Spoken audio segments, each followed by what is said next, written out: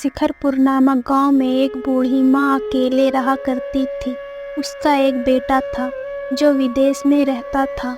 नौकरी और घर बसाने के चक्कर में वो कभी अपने माँ के पास गांव आ ही ना सका, और जब उसका बेटा 21 साल बाद गांव अपने माँ के पास आया तो उसकी माँ बहुत बूढ़ी हो चुकी थी।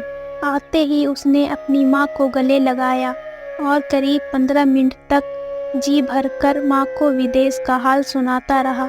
माँ को एक शब्द ना बोलने दिया। माँ भी अपने बेटे को देखते हुए बस मुस्कुराए जा रही थी। 15 मिनट बाद जब बेटे ने अपनी माँ का हाल पूछा तो माँ ने बेटे को प्यार करते हुए कहने लगी, बेटा, चाहे अब मैं ज़्यादा बीमार रहने लगी हूँ, लेकिन तसल्ली है कि मरने से पहले तुझे देख लिया। बेटा की आंखों में आंसू आ गया और उसने अपनी माँ को दोबारा गले से लगा लिया। उसने अपनी माँ से बोला, माँ, आप मेरे साथ विदेश चलो, वहाँ आपका अच्छा सा हॉस्पिटल में इलाज करवाएंगे। बेटे के सर पर हाथ फेरते हुए कहने लगी, बेटा, मैं इस गांव और घर को छोड़कर विदेश नहीं जाना चाहती हूँ। तभी वहाँ उस गांव की एक लड़की आई जिसका नाम रीचा था, जो हमेशा उसकी माँ का ख्याल रखा करती थी। रीचा उसके बेटे रोहन से कहने लगी कि भैया, जब आप गांव छोड़कर विदेश चले गए थे तब आपके पिताजी खेत में काम करते करते ज़्यादा धूप होने के कारण उनका तबीयत खराब हो गया था।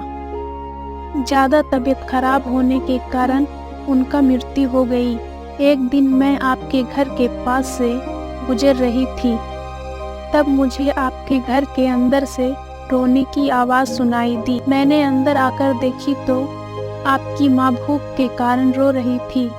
उस वक्त मैंने आपकी माँ से वादा किया था कि मैं आज से आपका ख्याल एक बेटी की तरह रखूंगी, और आज भी मैं आपकी माँ का ख्याल रखती हूँ। कुछ दिन बाद रीचा की शादी हो जाती है।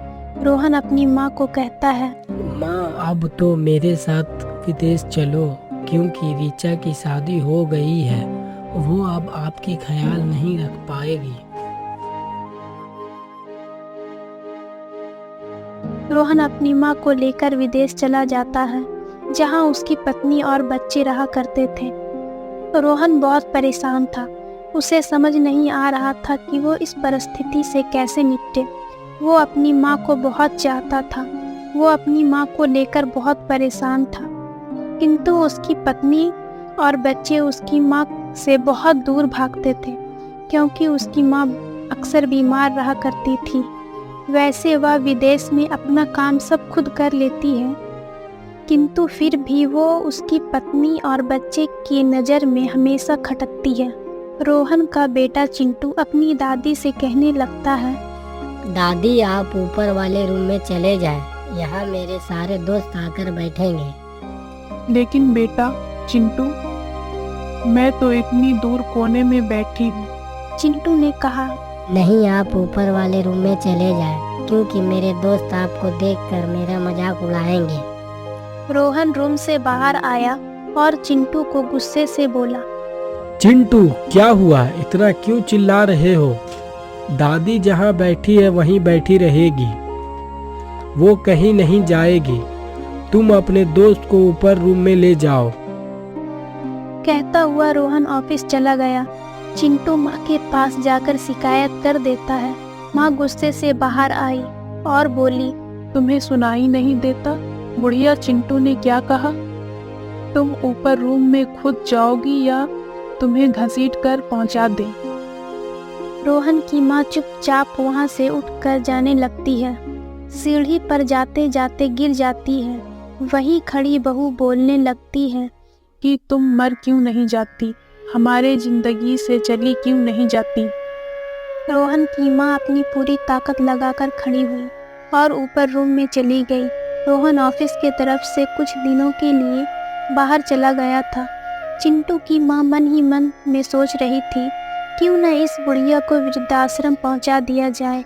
जब रोहन पूछेगा तो मैं कह दूंगी कि माँ अपने गांव जाने की जिद कर रही थी। मैं मना भी कर रही थी, लेकिन मेरी एक न सुनी और चली गई। बहू अपनी सास को लेकर वृद्धाश्रम पहुंचा देती है। कुछ महीने बाद रोहन के पास वृद्धाश्रम से फ़ोन आता है कि आपकी माँ का अंतिम समय चल रहा है, आप आकर अपनी माँ से मिल लें। रोहन तुरंत वृद्धाश्रम गया और अपनी माँ से मिला और पूछा, माँ आप यहाँ कैसे?